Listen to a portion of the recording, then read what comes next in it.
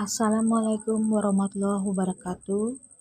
Saya Siska Herawati dari SMP Negeri 41 akan menjelaskan sistem perkembangbiakan tumbuhan mata pelajaran Ilmu Pengetahuan Alam kelas 9.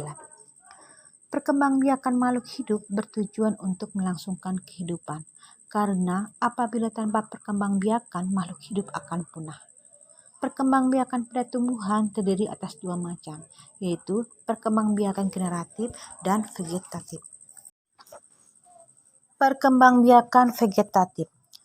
Perkembangbiakan vegetatif adalah perkembangbiakan secara tidak kawin. Individu baru berasal dari bagian-bagian tubuh induknya. Perkembangbiakan vegetatif dapat dibedakan menjadi dua macam, yaitu vegetatif alami dan vegetatif buatan. Berikut cara perkembangbiakan vegetatif alami. Yang pertama, spora. Individu baru terbentuk dari spora yang dihasilkan oleh induknya. Perkembangbiakan dengan spora terjadi pada alga, jamur, lumut, dan paku-pakuan. Yang kedua, stolon atau geragi. Stolon adalah cabang yang tumbuh menjalar di atas permukaan tanah. Contohnya stroberi, rumput teki, dan daun kaki kuda. Ketiga, umbi lapis. Dinamakan umbi lapis karena memperlihatkan susunan berlapis-lapis yang terdiri atas daun yang menebal, lunak, dan berdaging, serta batang yang berupa bagian kecil pada bagian bawah umbi lapis yang disebut cakram. Dapat dikatakan bahwa umbi lapis merupakan modifikasi batang dan daun. Contohnya adalah bawang merah, bawang putih, dan bawang bombay.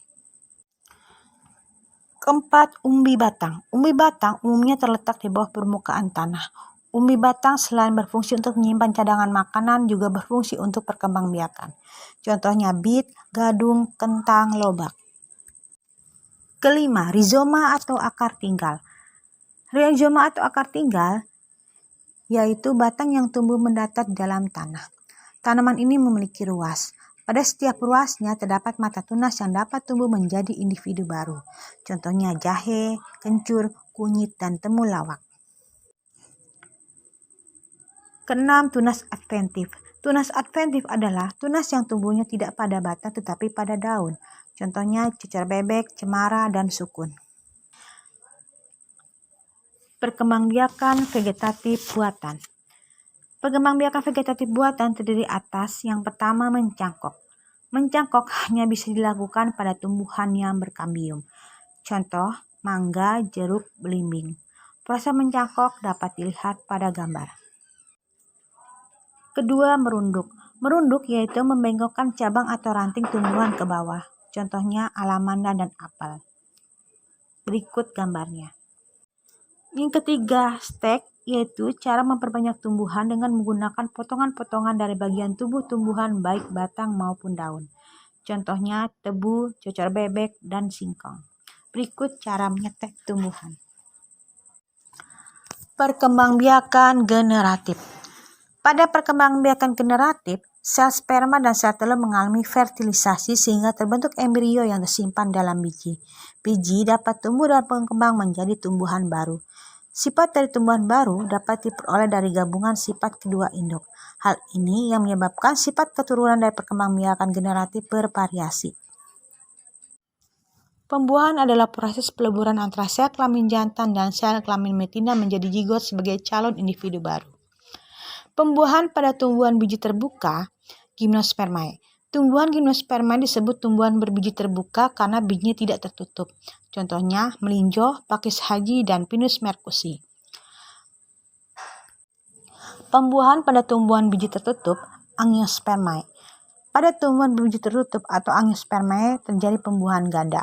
Pembuahan tersebut terjadi antara inti sperma 1 membuahi ovum yang akan menghasilkan zigot, serta inti sperma 2 membuahi inti kandung lembaga sekunder yang akan menghasilkan cadangan makanan. Penyerbukan. Penyerbukan adalah peristiwa jatuhnya serbuk sari ke kepala putik.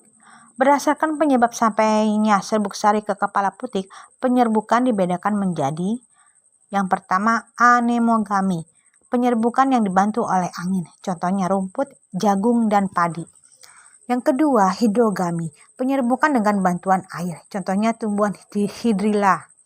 Yang ketiga, antropogami. Penyerbukan dengan bantuan manusia, contohnya penyerbukan pada salak dan vanili. Berdasarkan asal serbuk sarinya, penyerbukan dibedakan menjadi yang pertama autogami, serbuk sari berasal dari bunga yang sama. Kedua getonogami, serbuk sari berasal dari bunga lain tetapi masih satu pohon. Ketiga alogami, serbuk sari berasal dari pohon lain tapi masih satu varietas.